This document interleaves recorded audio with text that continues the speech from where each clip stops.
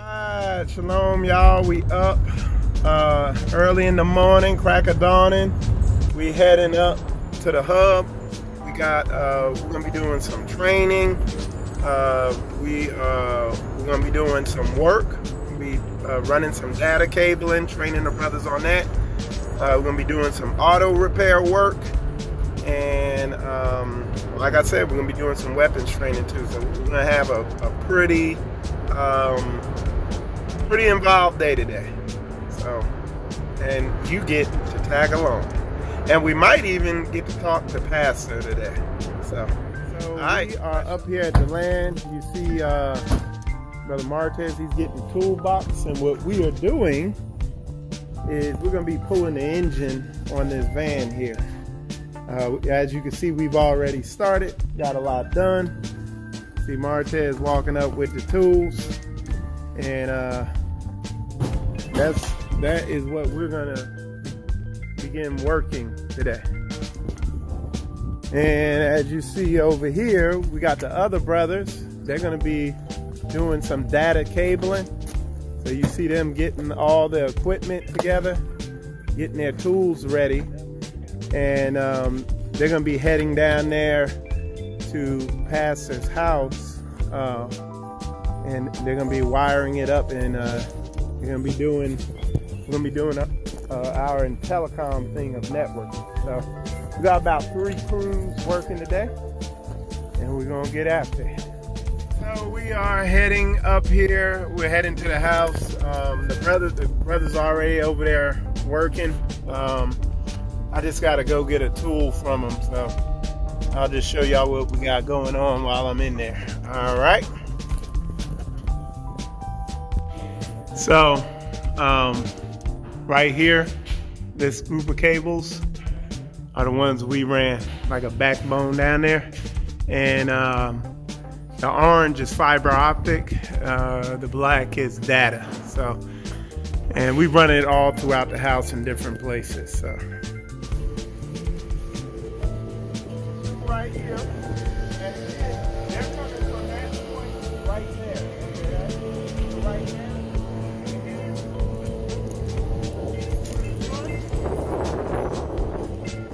And then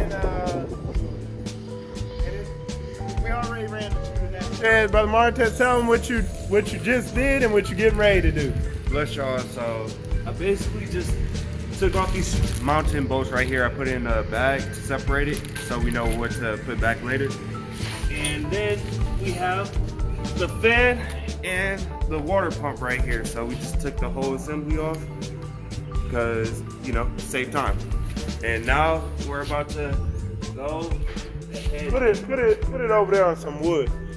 So what we do whenever we're pulling stuff off, we never set it on the mounting surface. So what I would do is set it on this, like that. Yep, there you go. So and like I said, what he pulled off is that's good right there. What he pulled off is that's the water pump and the fan. It's good. Now I'm gonna go ahead and try my best to disconnect the alternator connector from the harness, and also the grounding plug at the back. So he's gonna take that off, and then he's gonna remove this whole assembly. I'm on the inside. I'm trying to disconnect all this stuff. And Marta, talk a little bit about what you do career-wise and what you do, you know, your mindset. So career-wise, right now as you guys know, I started at Toyota, the dealership. I started off at an entry-level lube technician spot. So right now I'm just making my reputation known, working hard, trying my best to get in the workplace politics, get to know my co-workers and see their mindsets, and try my best to have that learning spirit, teachable spirit, and an excellent spirit. So I'm able to move up to be able to work on bigger jobs, replacing tires or engine jobs, transmission jobs, anything as such. How have you been being helped in being a part of this assembly? I've been getting help because a lot of what we're doing in this assembly really teaches me how to lock in to a job site and how to have a good work ethic, which translates a lot over to my real workplace environment, as well as these side jobs working with automotive gives me more hands-on experience, since I won't have anything like this just living out there in the world. So this is a great hands-on experience. My hands doing it, I'm getting the muscle memory, I'm getting the sense developing the mechanical ability or whatever. Yes, sir. All right, I'll let you get back to it. So he's one of the brothers here. Like I said, we do in our assembly here, as y'all see, and y'all gonna see as you watch this video, we're very hands-on. We do mechanical work, a lot of data cabling stuff, technical stuff. Of course, you know, we do broadcast. So the brothers that come to this assembly and they apply themselves really develop and learn a lot. You know what I'm saying? There's a lot to be gathered here. You just have to have, like you heard Brother Martez say, you have to have a teachable spirit. Hey, Pastor, you said you had something you wanted to show me in the house? No, I thought y'all wanted me to answer me as far as the data goes. We do. Question from the front door. Okay. Well, okay. You're on the phone, right? All right, y'all, we here up at Pastor's house, and we're here with Pastor. And Pastor, if you could, you know, we're here helping you with your house, but just talk about a little your house. It's a pretty decent sized house. Talk a little bit about what went into you designing the house this way, and while you're doing that, we can kind of just walk through it if you want. Sure. Well, this particular home right here, you know, we built many homes throughout the ministry over the years. The last 26 years, we have built a lot of homes. And believe it or not, I am just literally getting to my home after 26 years of having communities, building communities, and this is, I guess, going to be, and I'm almost 60 years old. I'm getting 60 years old, you know me. And so myself and the brother, almost everything that is done out here on the land, we actually do 98%. You've seen it yourself, to work ourselves. Right. And so I decided to design this particular home right here because I have an office in the place. I have a couple of guest rooms, guest quarters, because you know that we live so far out that when people do come to the community and to live, to visit and stuff, we usually have either a guest room or places that people can stay, if you understand. Right. Now, the reason why I made this home so big and stuff, because you can never have enough space. Myself, again, I'm gonna reiterate it again, myself and the brother have literally physically done all this heavy lifting on this. And not only that, not only just us here at Straitway, Tennessee, but I had some brethren come from Straitway, Wisconsin, that actually are professional builders up there, and they actually come down here and help us frame up this roof. Right. Which is, it was extraordinary, if you understand what I mean. They literally helped us frame this roof up. And right now I even have y'all here, Straitway, Nashville. Have y'all here? Y'all helping wiring up the data to make sure that we've got everything working right as far as the broadcast go. Any other type of communication that we need. Right. Y'all are running all that, including all the Wi-Fi lines and you got. See, y'all got what, RJ42s in here, Cat 7 line y'all running? Fiber and Cat 6. Yeah. Okay. And of course, you know, our brothers here on the land, I'll keep saying that again, they've done all the electrical work and everything. Now, the only thing that we did have to hire out, because we just don't have anybody that's licensed for it, is we had to have the HVAC work hired out, if you understand what I mean. But this home right here is pretty unique because it has a central boiler unit in it. That means there's a stove that's outside. Y'all can continue to keep working, don't worry about that, all right? There's a stove outside. Let's go check it. Yeah. And you can talk while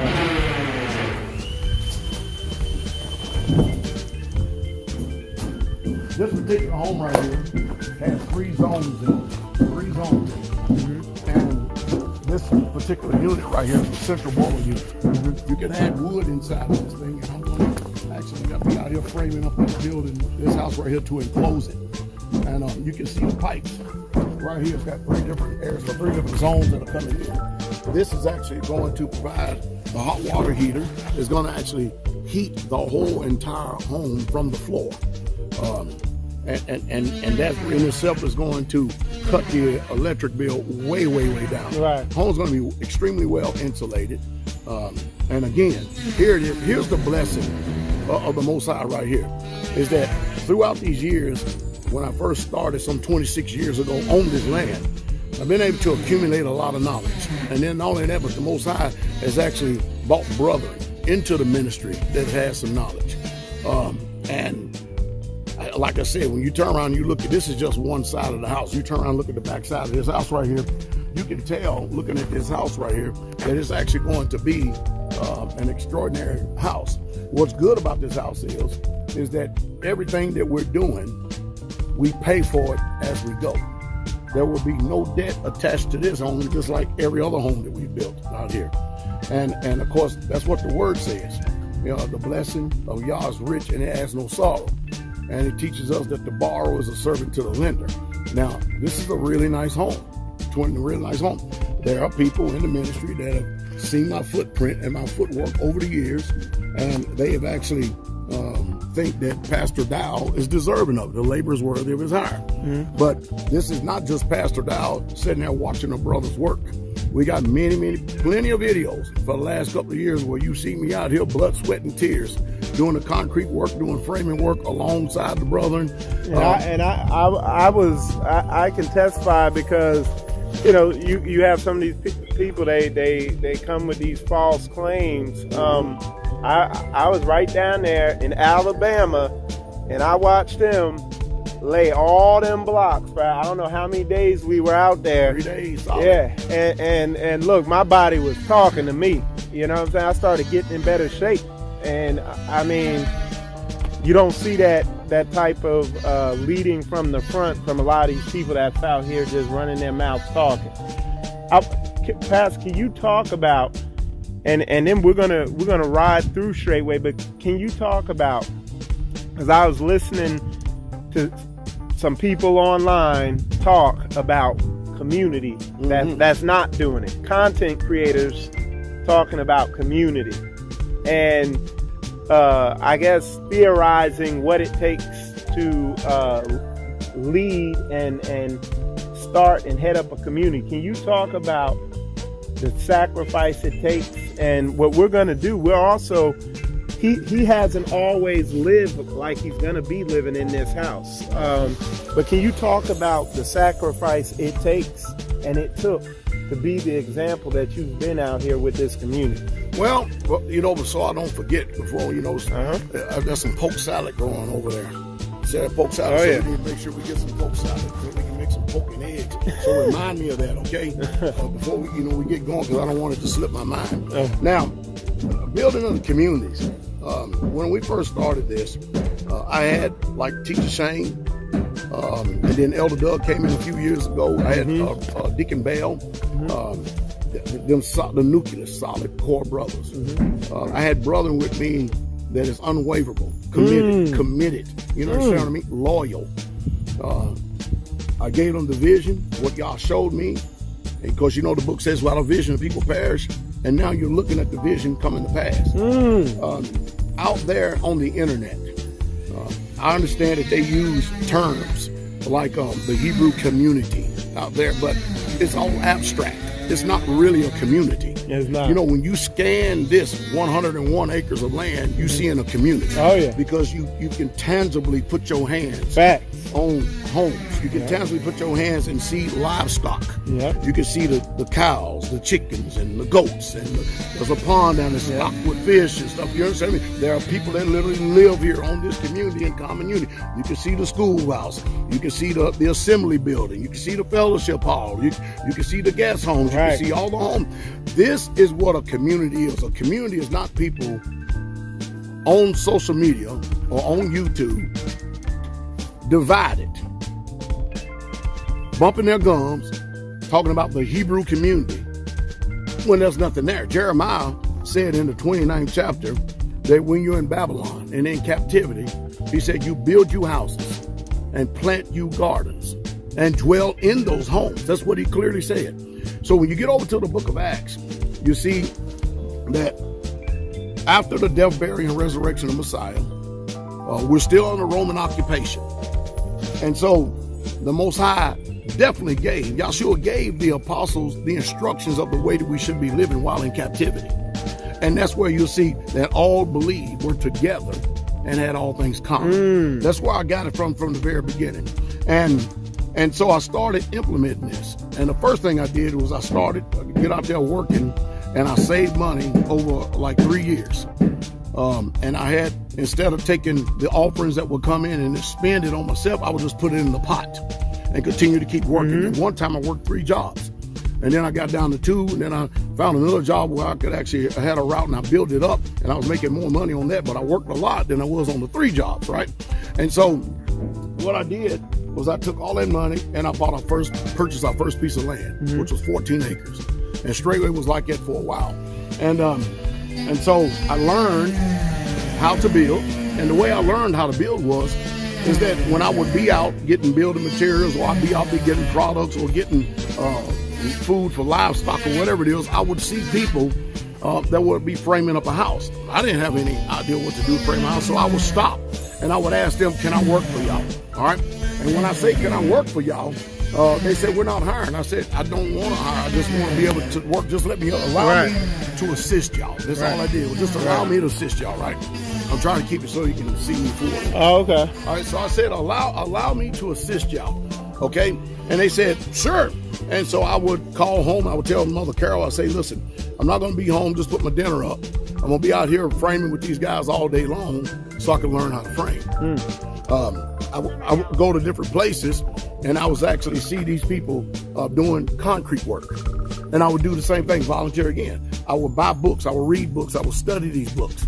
And I can tell you one thing, I probably made more mistakes than anybody's ever had, but those mistakes turn into successes.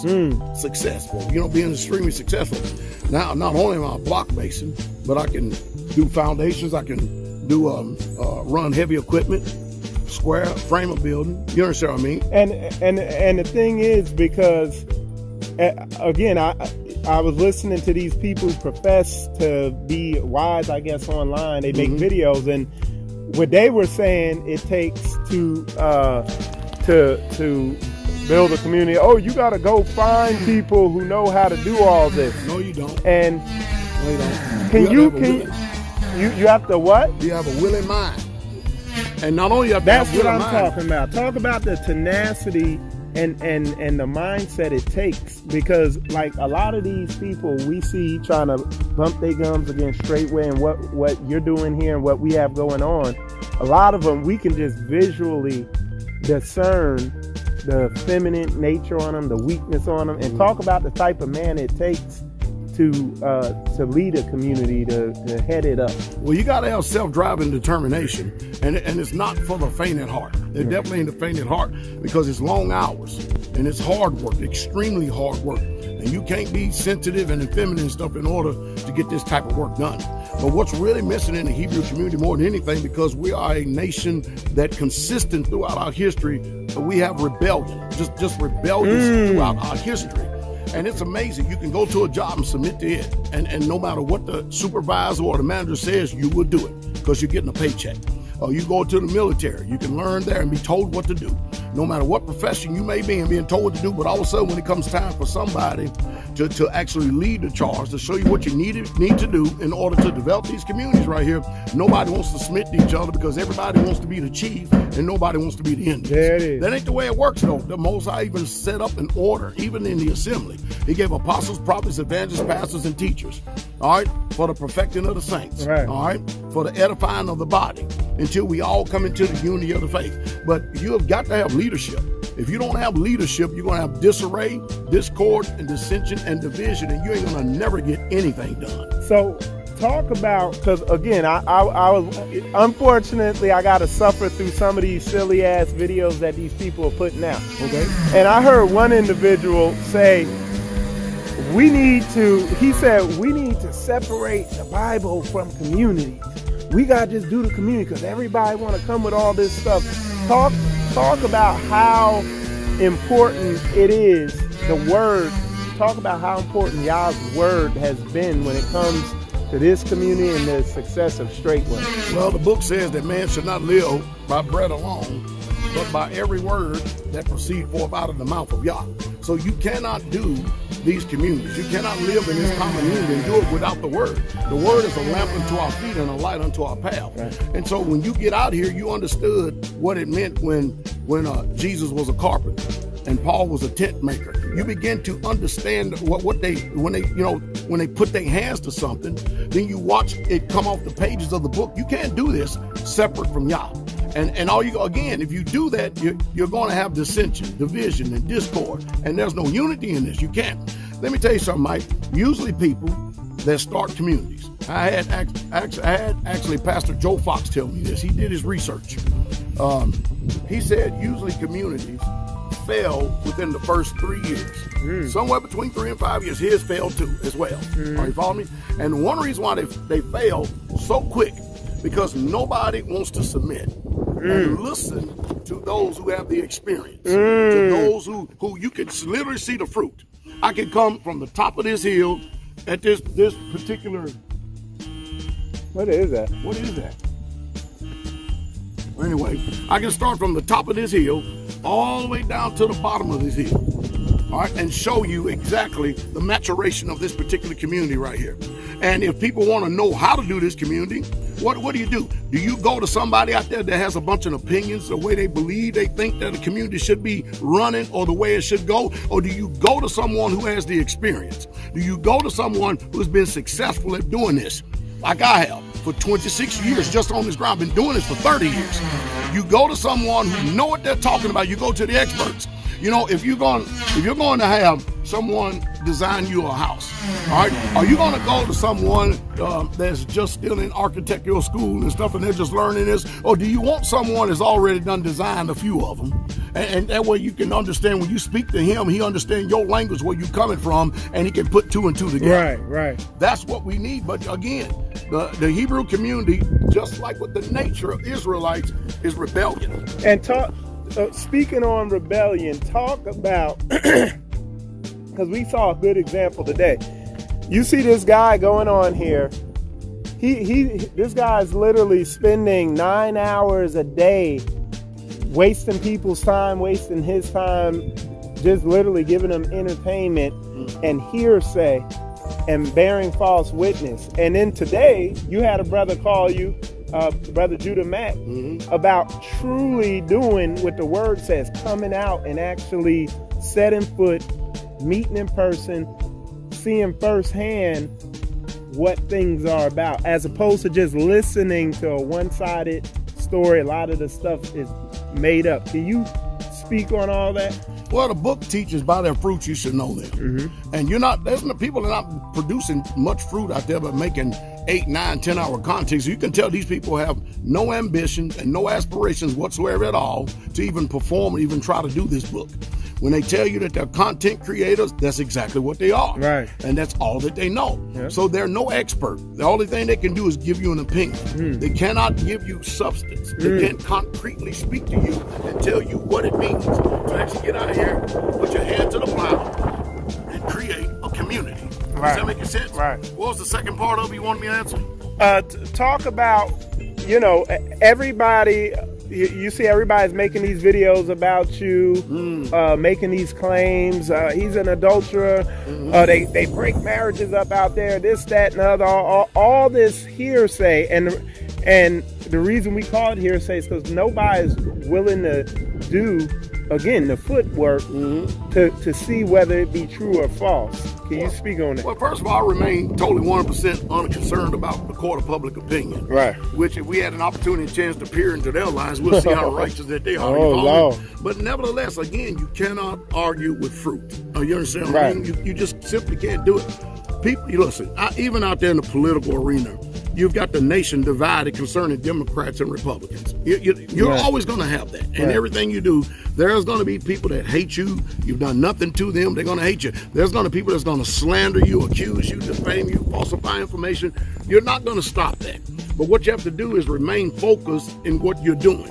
Remain focused at the task and making sure that you never lose sight of the vision, and to continue to keep growing, continue to keep producing, continue to keep manifesting the work of God. Because like I said, we just had a pastor leave here, and the one thing I can ascertain, the reason why that pastor left here after being with the place for 14 years is because I constantly kept giving direction to him about getting out front and leading by example. He, like a lot of these content creators, they believe leading by example is getting on the camera and bumping your gums, or just walking around and pointing fingers and stuff. That's not leading by example.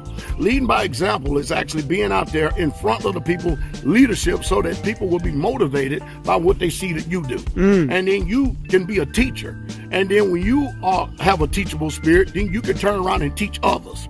And so over a period of time, this man had got to the point to where he actually said to the brethren down there, I don't have to do everything that Pastor Dow tells us to do.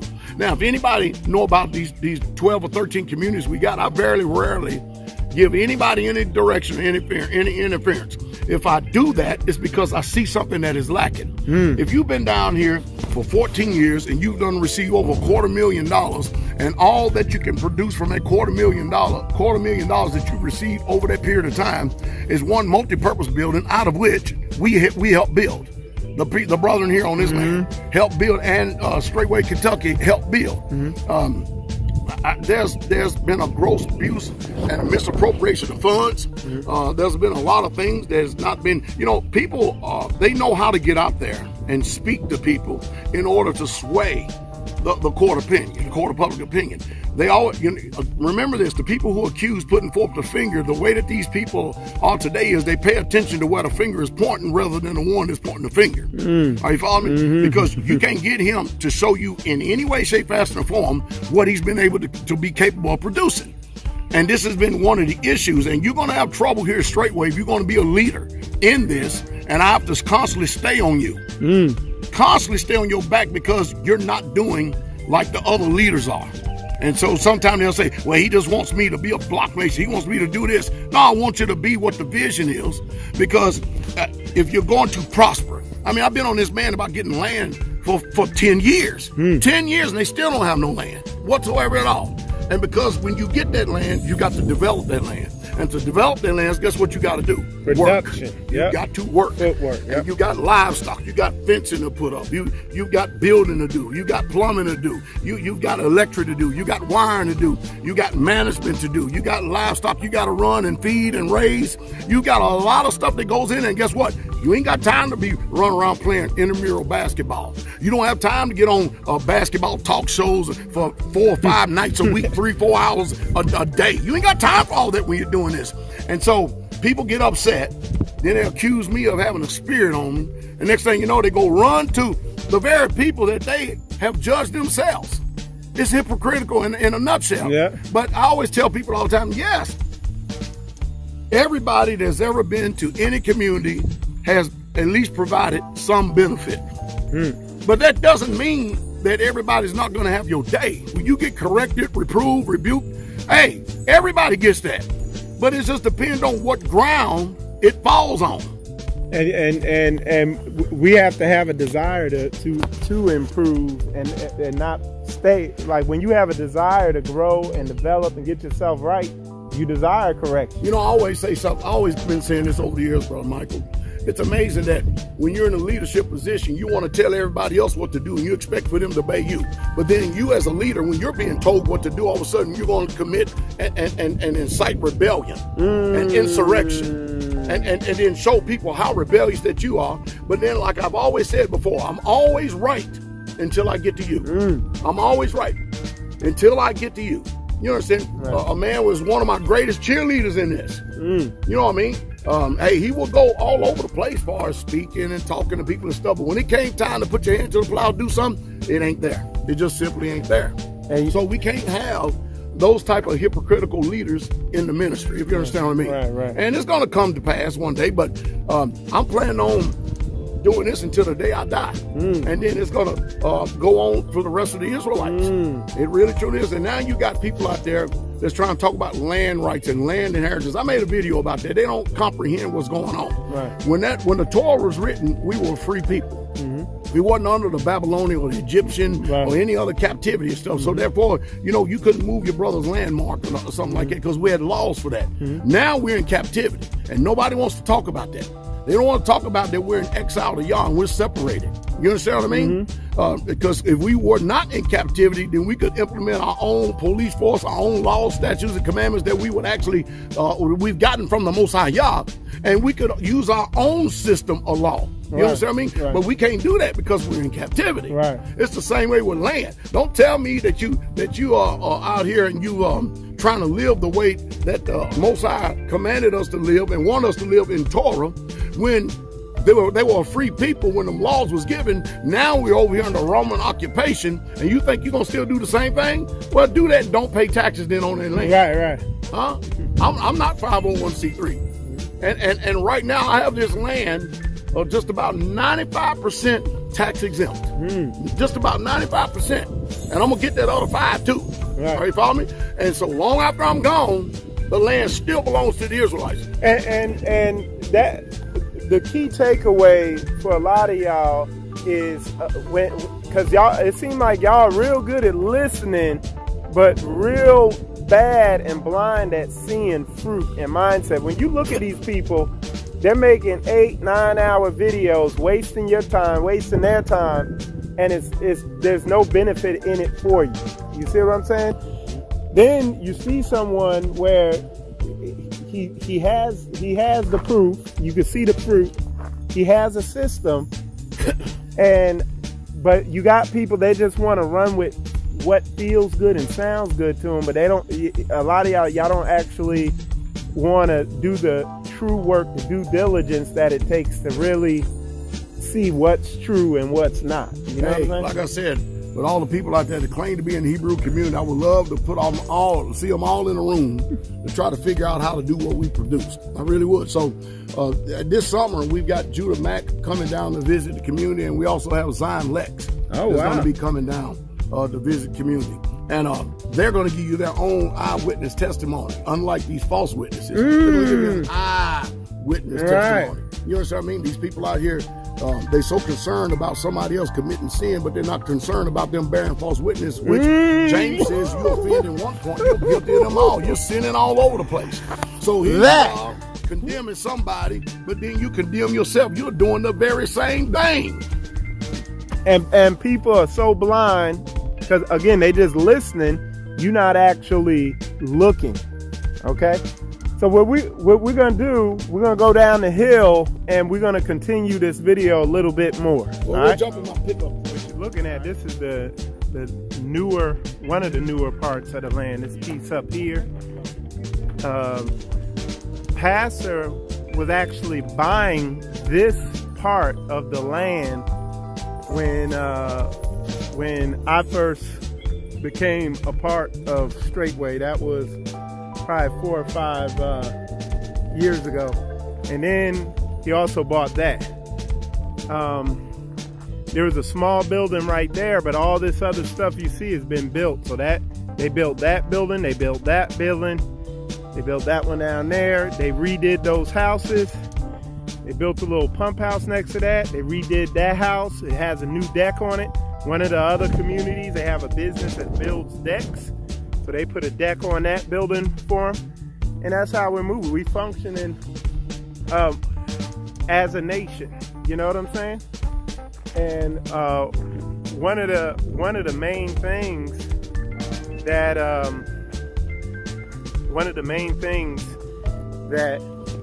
you that I keep saying is, like, out here in our assembly out here, everything's peaceful. There ain't no contention, ain't no argument. Everybody wants to be out here. It's enjoyable out here. It's peaceful. It's peaceful at our house. All that silliness is going on online. It's all manufactured, you know? So, all right. So, yeah. So, like I said, this part of the land we're on now, you start driving. Pass was buying it right when I came in. So look at all the stuff that's been built on here. They built that. They built that building back there. This building here. So they built those buildings. They built this building over here. And that's us working on the van. They built that building. And the building next to it. Storage building. Okay. You know, this whole tabernacle was built by hand, okay, by the hands of the saints, okay, and then the weight room there and the building over there, okay. So again, fruit, a lot of fruit going on. You know, this is step one in evaluating who you're gonna further investigate and research and discern who's the real and who's the fake. All right. So still here with Pastor, and where we're at now is in front of his old or first home on this land. How long did you live in this, roughly? Probably about 9 years. 9 years. So what you're gonna see, and the reason I'm doing this is because these naysayers and these liars online, they're like, oh, Pastor's fleecing the flock and he's taking advantage of people and this, that, and the other. And I want to show you the humble beginnings. And again, I'm not just talking. We're standing right here in front of it, and we got him right here. So, Pastor, if you can, while I walk around here, just talk about this trailer a little bit, and you know. Well, this trailer right here, I think I paid $200 for it. $200. $200 for the trailer. It actually cost me more to actually move the trailer than it did to actually pay for it. And this whole time I didn't have a lot of building experience and stuff. Now it's just an old storage trailer. The back was out of it, and of course the only thing I did was just put plastic over it because we had a wood stove and stuff. And this is where actually my children grew up in. They grew up in this place. And this trailer was right over there. It wasn't parked right here, but it was right over there. And this is how much I paid for $200. It didn't have any running water. And in here, it didn't have a kitchen in this place at all because we eat common unity over in the dining hall. And so this is how we pretty much live. We heated it by wood stoves. It didn't have, matter of fact, we lived out here for the first 9 years with no air conditioning either. So we just had box fans. Because every single nickel and penny and dime that we put, instead of putting it into conveniences like that, we would put it into the maturation and the building of this community. By going by and building materials and trying to get stable homes, homes up under people. But we had to start somewhere, if you know what I mean. Right. So just getting a good look at this, but this is what you got to, when you hear these people on here making these accusations, calling him a king, tell the story about your bathtub. Oh, okay. Well, okay, so Mother Carol wanted a bathtub, and we didn't have any bathtubs, didn't have no running water in this place. And so one day I was coming home, and I actually drove by a place, and I seen a bathtub on the side of the road. All right, just basically on the side of the road out front. Kind of one of these people having yard sales or something like that, and he just had it out there. And so I just picked up the thing and brought it in here, and I told Mother Carol, here's your bathtub. Now, mind you, when we first started this community, we were laughing stock of everybody. They called us a cult and everything else. And of course, they still do that today, you know what I mean? But they said, look at them, they out there peeing in buckets, and look, they live in deplorable conditions, which I would agree with them. We're kind of living like the Amish and the Mennonite was, you know what I mean? And so I took the bathtub, drilled a hole in the floor, ran a line out because it's just gray water, and then she would go to this creek right back here, what you see, and she would get 2 5-gallon buckets of water, and she would fill up that tub with that, and that's how she would take a bath. And so that's how the bath tub started. But I always told the people, I say, listen, there are going to be people that's laughing, mocking, deriding, and chiding us, but it ain't going to always be funny. We're going to end up with the last laugh because before I get done with everything, these trailers are going to be null and nil. There's going to be homes out here, and not just trailers, it's going to be homes.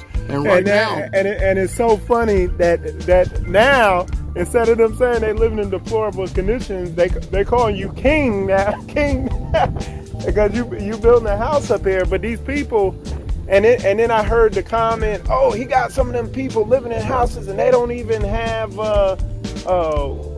bathtubs or whatever, toilets in them or running water or anything. But he's not doing anything. This isn't anything he did not do. Yeah, first he's done it, and he did it on a lot harder level in order to when I say forge this community, forge this model out for the rest of, You know, it's amazing. The one who started that King Dow stuff is Rufus, right? Rufus started that. And when he first came here, I can show you a testimony. He said that he'll never be leaving his people right here because y'all send him here, right? But he started this King Dow stuff because over the period of time, the spirit started getting on him. But you know what's amazing is that when they were getting kicked out of the place that they were renting, all right, it was this ministry here, Straitway, that actually only had $60,000. I took 55 of that $60,000 to provide a place for him and his family. Wow. He's never lived like this. Wow. Never lived like this. And how were you able to save up that $60,000? By living like this, right? Well, we work. We're working. I had to work. Working and saving. Build custom cabinets, saving money. Brothers would go out would work on jobs and stuff, and then they would bring money in. And this what happens. It's kind of like compound interest, if you know what I mean. When you take your resources, you put them together, and then they're managed extremely well. If they are managed extremely well, you can do a whole lot with a little. A whole lot, and then you don't have all the waste that people normally would have. Especially when, for me, I'm not taking the Saints' money and got 2 or 3 closets full of Jordans. You know what I mean? I'm not going out and see that pickup truck right here? We had a couple of pickup trucks. These used to be my trucks like this, right here. We had old trucks and stuff, and we would do things. I would actually wear bib overalls. You know what I mean? You would what? Wear bib overalls. Oh, okay. Coveralls. Yeah, country stuff. Because again, we will work from sun up to sundown every day. When the Sabbath came, you better believe we understood what it was meaning to rest. Right. It was a blessing. So trucks like this used to be our trucks and everything. And so, and you have to understand, when you can take your money and take it from the world, and I've been teaching this and living this for 30 years now, Brother Mike, the whole idea is you get brothers that have businesses and brothers that can go out and work, and I include myself, and then we bring the money into the pot. We want to be able to take our dollars and circulate it in our community. We don't want to get it in our hand, and the first thing we do is send it out there. That's how I'm able to help other communities. Right. Because whatever money we're compounding, whatever we're building up, if we're not doing a major building project at that time, I can take that money and then help that community be developed. Right. If you understand what I mean. That's what really community is. And if Rufus and them was really honest and telling the truth, which you don't have to worry about that. You can go back in the archives, look at these videos and speak for itself. You can see me all the ways down in Georgia help building up that place. And you understand what I mean? I'm talking about physically, boots on the ground. And guess what? I've done more work down there than in the times that I've been down there than the whole time he lived there for 14 years. And this is not disparaging him in any kind of way, because everybody knows that I'm speaking nothing but facts, nothing but truth. Are you following me? But that's how that the vision of this is supposed to be. We're supposed to be here to be helpers one to another. That's what it's supposed to be. But I don't understand why people have to falsify information, lie, slander. But hey, like I said, the proof is in the pudding. This is the way I used to live. Yep. So there it is, y'all. So, and you heard him on the top of the hill on how long it's been. He's labored, sacrificed, and everything like that. Hey, but watch this. So, I made a statement some time ago, and I'm on this a little bit right here because I'm actually perturbed about the false information, the lies, and the accusations, and the slanders that's been taking place. Pastor Rufus has the same amount of Ishas that I do. Same amount of Ishas I do.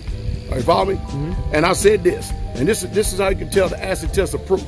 I can take just me and my Ishas who don't know nothing about building, and I can take them and I can build a house with just me and them, nobody else helping.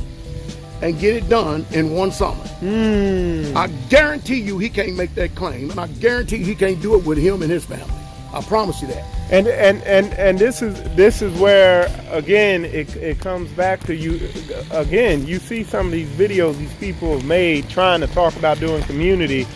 Y'all, if y'all following these people, you going down the wrong path because they don't have the fruit, and you could already see by a lot of their actions that they don't have what it takes to make and run a successful community.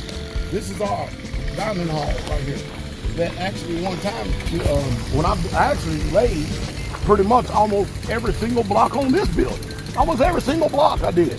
I can remember showing you that even my son Chuck, he's like, he's gonna be 37 years old this year. When he was little, he was out here helping me. There was times where there was nobody but just him and I out here building this building. Right. And so then I had the brothers helping too, and we extended out the roof. But this is a huge dining hall. It has multiple bits. It has 2 sections in the back: storage room, the kitchen area in itself, and then the place where we eat at twice a day. All right.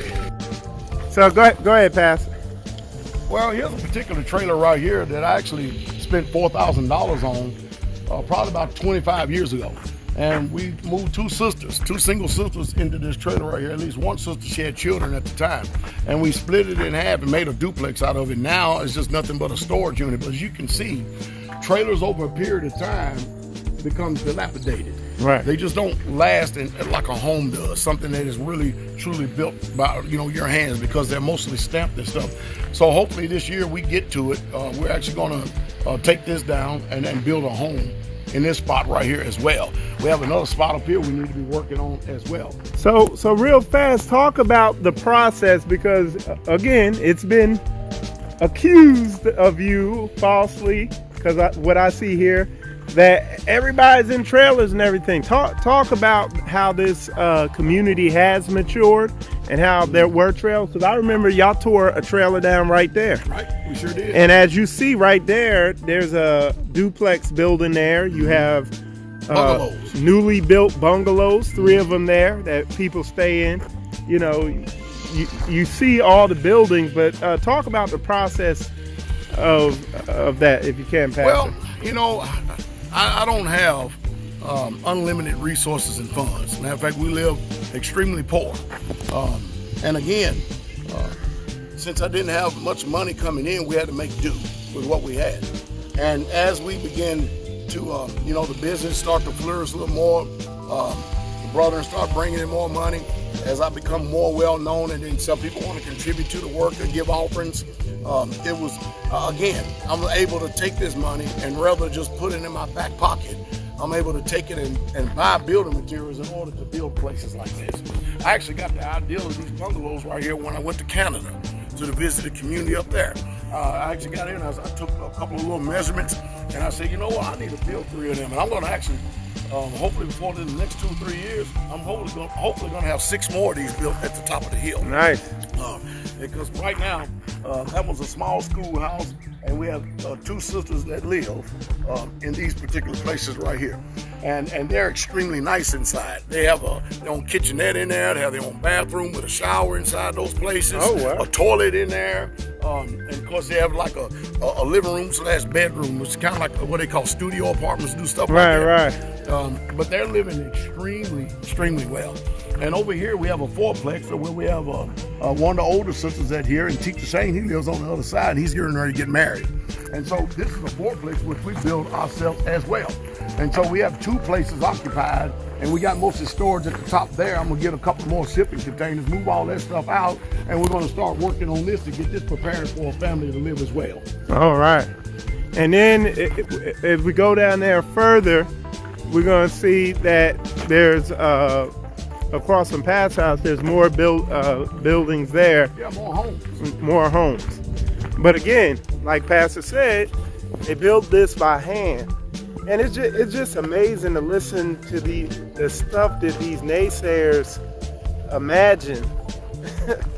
And, I've watched them, how quickly they'll just come up with something, the way they think things are, or assume, the way they assume things are, but the reality couldn't be further from the truth.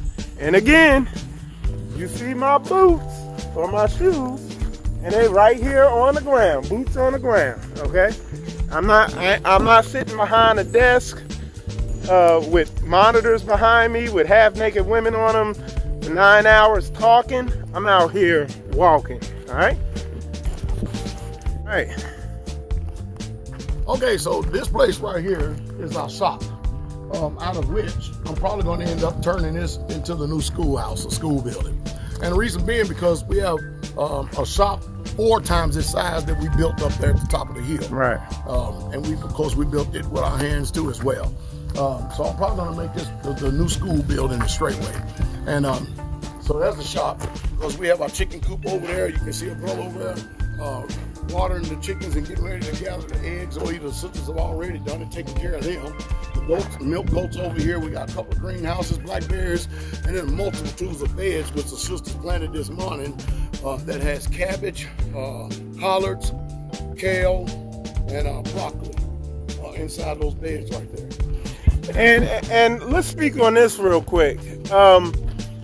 The sisters here at Straitway aren't out there working for Master Charlie out there in the world getting, whatever. Talk about with the sisters here, how this works. Well, first of all, the sisters have their own common unity here.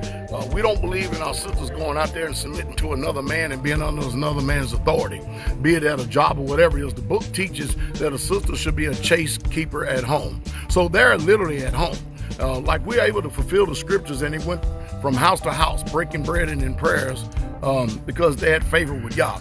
And that's the way our sisters are here to actually maintain and do the gardens.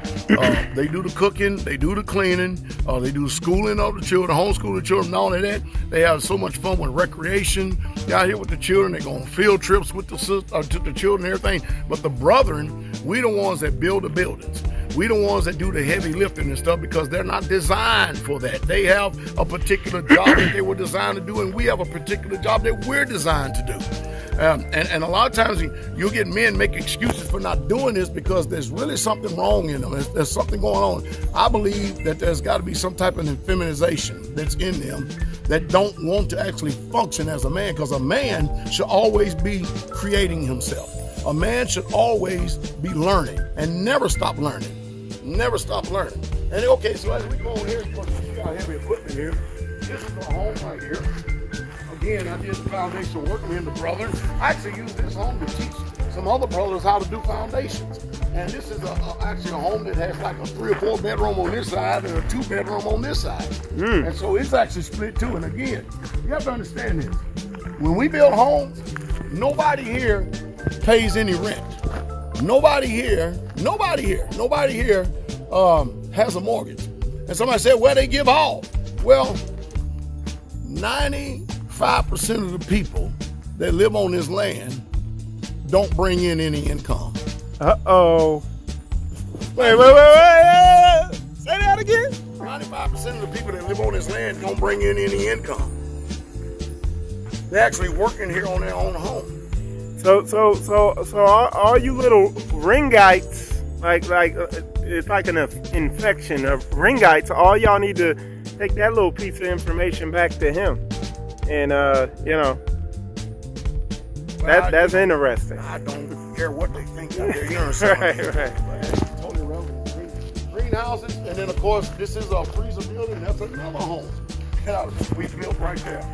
Right here, built this home, and of course there's my home right there that I'm living in now. That used to be. And we're gonna walk over there right now. Okay. Go ahead, Pat. That used to be the gym and the fellowship hall. When I was living in that trailer down there for 9 years, because after I got everybody settled in the homes, they told me I need to build my own home.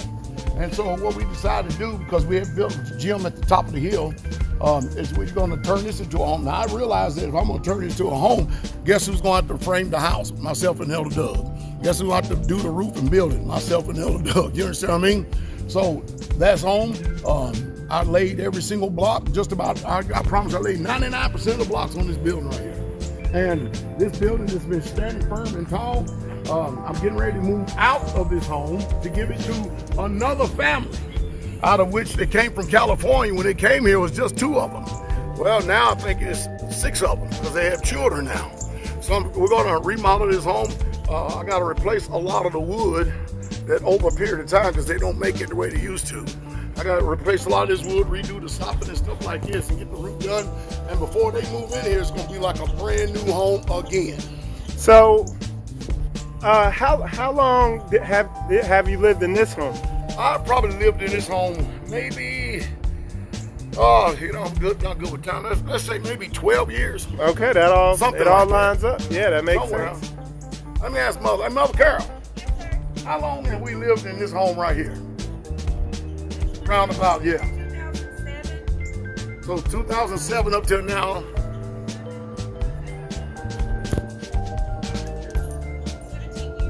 17 years. Wow. So I was off 2 years. Okay. So that's how long I lived in this home. And this home is going to become, not only the family that gets this home, but the family that moves here, that gets this garage as well. And it'd be an understatement to say your family has increased in size a little bit since then. My family personally has increased exponentially since then. Right. Because I got 2 little ones there, and of course my Ishas. Right. And of course, they don't all live in these homes right here because they all have their own dwelling places that they live in. All right. Out of which I built. Myself and a brother built again, if you understand what I mean. Mother Carol's business, Carol L., she just went in and wanted at this multi-purpose building right here, the white door right there is where, let's go over here for a second. For those of you who order products, because every time she goes somewhere, people always stopping her and ask her, excuse me, somebody smells good over here. And so this is Mother Carol's business over here, Carol L., and she don't never want me to get online and make a video about her products and stuff, but this is where she runs her business at. It's a real big mess in here today. I have a lot of stuff. That means business is good. Business is good. I'm getting ready to process Carol, order right now. And mind you, Mother Carol, her business does extremely well itself, and this is just another way to be able to bring in income. Hallelujah. Okay, y'all. So, I did a good interview with Pastor, and as you know, I was running around, but as you see with the van, Brother Martez, I can't call him an aspiring mechanic anymore because he was in here really getting after it mechanically. And he's pulled, as you see, he's pulled a lot of the components off the engine. We have our mount here to put the engine mount, the engine removal lift, the engine lift in there. So I suspect next time we come up here, our next visit, we'll be pulling that engine out of this van. And it really wasn't too difficult. He's gotten a lot of work done, even with me being here, but I was helping him with it. And, I was checking up on the brothers on the other 2 crews over there at the house. And I was doing that interview with Pastor. And in doing that, he was able to carry the load. And this is a young brother. So this is the type of mindset, these are the type of brothers you want to be dealing with. You know what I'm saying? Brothers who could carry the load, So he did a good job. Brother Terrence was over there working with Brother Tony and them, wiring up the house. He's been learning a bunch. But he came over here to help clean up because we're getting ready to go do some training. Okay, and y'all will get to see, observe the training that we're getting ready to go do. What else?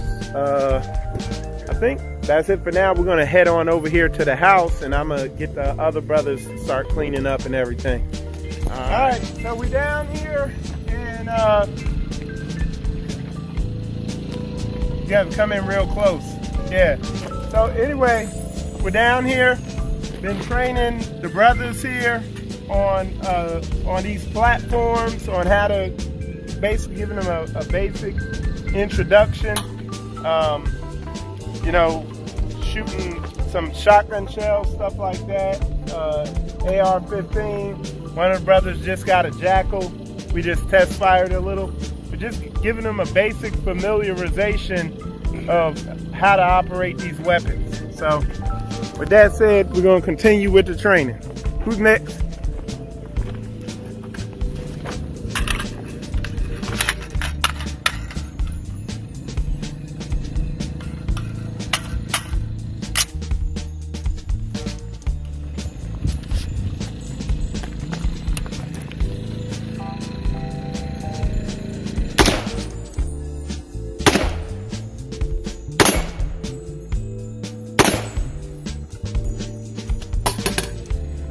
All right, and safety's on. Yeah, just lock that slide back.